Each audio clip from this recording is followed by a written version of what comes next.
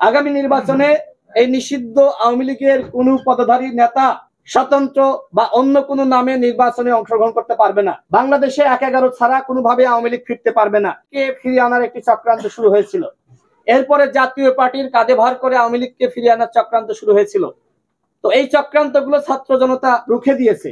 এখন নতুন চক্রান্ত হলো যে আওয়ামী লীগের যারা পদধারী নেতা ছিল তাদেরকে স্বতন্ত্র নামে নির্বাচনে অংশগ্রহণ করতে দেওয়ার সুযোগ দেওয়া।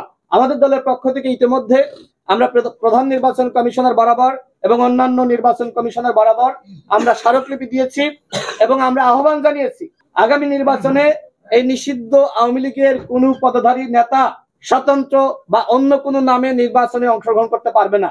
যেহেতু দল হিসেবে আওয়ামী লীগ নিষিদ্ধ হয়েছে, তাদের সাংগঠনিক কার্যক্রম নিষিদ্ধ, সুতরাং এই নিষিদ্ধ সংগঠনের কোন নেতা স্বতন্ত্রভাবেও নির্বাচনে অংশ নিতে পারবে না। আমি মনে করি এখানে প্রত্যেকটা দলের উচিত এই বিষয়ে বক্তব্য দেওয়া, বিবৃতি দেওয়া, সচেতন থাকা।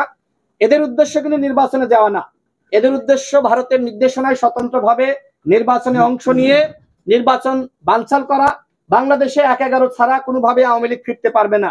সুতরাং কিভাবে অরাজকতা সৃষ্টি করে নির্বাচনের পরিবেশ নষ্ট করে কিভাবে শেখ হাসিনাকে আওয়ামী লীগকে ফিরিয়ে আনা যায় সেই চক্রান্তে কিন্তু লিপ্ত হয়েছে। এবং এইটা শুধুমাত্র আমাদের এই দেশীয় আওয়ামী লীগের প্ল্যান না, এটা ভারতের প্ল্যান যে স্বতন্ত্র নামে ৩০০ আসনে আওয়ামী লীগের নেতারা নির্বাচনে অংশ নিবে এবং নির্বাচনটা বানচাল করবে। আগামী নির্বাচন বানচাল হোক, সেটি নিশ্চয়ই আমরা কেউ চাই না।